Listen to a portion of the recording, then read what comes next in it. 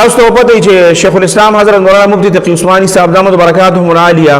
هغه جامع دارالعلوم حقانیه کوله خټک د تشریف راوړو او د حضرت مولانا حامد الحق صاحب رحمت الله علیه د غي د تعزیت د پارداغي خاندان سره تعزیت کو د غي د پاره تشریف راوړو هغه چونکه کم په اسلام آباد کې چې د ټولو مذاهب او څومره مسلکونه دي د ټولو هغه کانفرنس ته نو د غي په اړه کې پرون میټینګ مو اجلاس مشوره مو نو د غي کوم د شرکت د پاره اسلام آباد ته تشریف راوړو نو بیا د مولانا حامد الحق صاحب شهید رحمت الله علیه د هغه تعزیت د پاره بیا جامع دارالعلوم حقانیه کوړه خټک د تشریف راوړو او دلته کې داغي خاندان سره تعزیت کړل نو په تعزیت خو چې کړل دي نو هغه ویډیوګان مراغلي دي او د دې چونکه خپل منس کې د ډېر وخت نه د مولانا حامد الحق صاحب رحمت الله علیه او د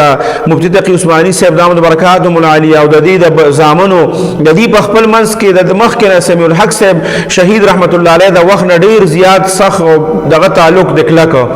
نو اوس پاره کې باز خلک داسې دي باز پوسټونه خلکو داسې کړی دي چې مفتی تقی عثماني صاحب هو غټ سړی دی او هغه همیشه دا خبره کوي چې یاره زمونږ په خپل منځ کې چا سره اختلاف نه دی پکار او بیا وی کانفرنس لم داسې کانفرنس ل روانو چې په هغه کې د هر مسلک خلک موجودو نو مفتی تقی عثماني صاحب دامت برکاتهم العالیه باندې دا اعتراض کوي چې د مولانا حامد الحق صاحب شهید رحمت الله علیه د هغه د تعزیت د پاره راغې نو پکار دا وا چې د خدا مفتی منیر شاکر صاحب تعزیت لوم تلوي یو خبره خدای چې دا چونکه دی وی چې دا مسلکی او دا قسم اختلاف د مسلمانانو د مزنه ختمول غواړي چې د شدت نه د درسګاونو پورې دا تاسو محدود کې نو مفتی تقی عثماني صاحب دا خبره کوي نو پکار درلوم بي دا چې بیا د دلته نړوم بي یا خړوم بي تلوي یا د دلته نه بیا څه دینو د حقانیه کوړه خټک نه بیا شاور غتلې وي د مفتی منیر شاکر صاحب دا غب الکان چې کوم دی بچی چې کوم دی اغي سره او خاندان والا سره تعزیت کړي وي نو یاد ساته ورلمبنه خبره خدا او دغه بل خبرم خلک کوي چې چونکه مفتی منیر شاکر صاحب خدا مفتی تقی عثماني صاحب په شاګردای کې هم دی ځکه چې داغه په مدرسه کې هم دی یو کال نیم سبق ویل دي چونکه هغه په کراچۍ کې سبقونه ویل دي داغه په مفتی تقی عثماني صاحب په مدرسه کې هم کال نیم تیر کړل نو په شاګردای کې یوم راته نو دا چې دا غي خو بیا ګلم کیږي نو دا اعتراض خلک کوي یاد ساته ورته کې یو څو خبره تاسو مخه تقدم یو خبره خدا دا چې دا مفتی تقی عثماني صاحب دامت برکاتهم العالیه په دې باندې وجه باندې نه راغلي مولانا حامد الحق صاحب شهید رحمت الله علیه چې هغه علماء دیوبند او اهل سنت والجماعت ډیر علما شهیدان شو اغیله دا بزرگان او دا غټ خلک نه دي تله خو دلته په دې بنیاد باندې راغلي چې د دې خاندانی خپل تعلق د بخپل منځ کې او ډیر زیات چې کومه کلوز تعلق وته وی کنه هغه شان تعلق د دې خاندانونو بخپل منځ کې او دویمه خبره دا ده چې حالات تاسو ته کیفی کې معلوم دي او د کیفی حالات نن سبا داسي د خیبر پختونخوا چې په دې کې د علما او عام واړو علما چې داغي د ګرځیدل پکې ګران شي وي په روزه کې تاسو ولیدل چې هر ورځ بعد وو درې علماء کرام چې دا شهیدان کېدل نو بیا د مفتی تقی عثماني صاحب دامت برکاتهم العالیه چې یو پیر آغا کوړی ته راغی نو خلکو ته پته ولګی بیا کده الته کې چې کوم رش جوړ شو نو خلکو ته پته لګیدل چې اوس پېښور در روان دي نو خدای نه خواسته په لار کې غي د نقصان رسیدلو دا دویمه خبره درېمه خبره دا چې دا خبره د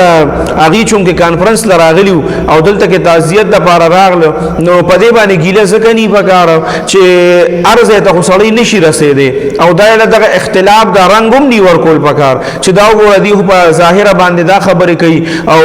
چې مونږ ټول یو ځای کول غواړو ځان تر نږدې کول غواړو او بیا چې کله وخت راشي نو غي بیا داسې کوي نو دکله هوا هم نی ورکول پکار یاد ساته ځکه دغه څه سړی هوا ورکی نو سبا هغه اختلافات بنورم سی واشي او داسې علما د دې دغه طرف ته سوچم ني او دغه طرف ته بل ټیک دا هغه چونکه شاګرد خو شاګرد کې هم دونه صلاحيت پکاري چې هغه داسې یو کار کوي چې پاغي باندې استاد څنګه کوم دی هغه خخ کاری او استاد ته سکوي چې داستا شاګرد او د پلان کې کار کوي او هغه خوشاله شي هغه ته خوشحالي ملو شي نو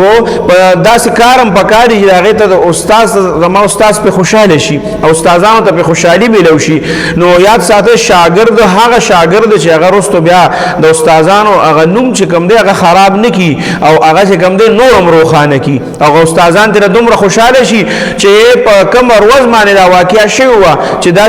مونږ ځان داسې جوړ کو چې خدای نه خواسته د دې دنیا نه خو به ټول زی مونږ تاسو ټول بزو د دې دنیا نه لاړ شو زموږ استادانو ته پته ولګي او به اختیاره داغه د خلینه چې کوم دی او د جبنه مونږ ته دعاګانی وخیږي نو بیا خپل کردار او دغه داسې جوړول پکاري چې د استاد دغه مطابقي چې استاد را باندې بدنام نشي بلکې زموږ استاد چې کوم دی هغه په مونږه وسره خلک یادي چې په خو مو سره یاد کی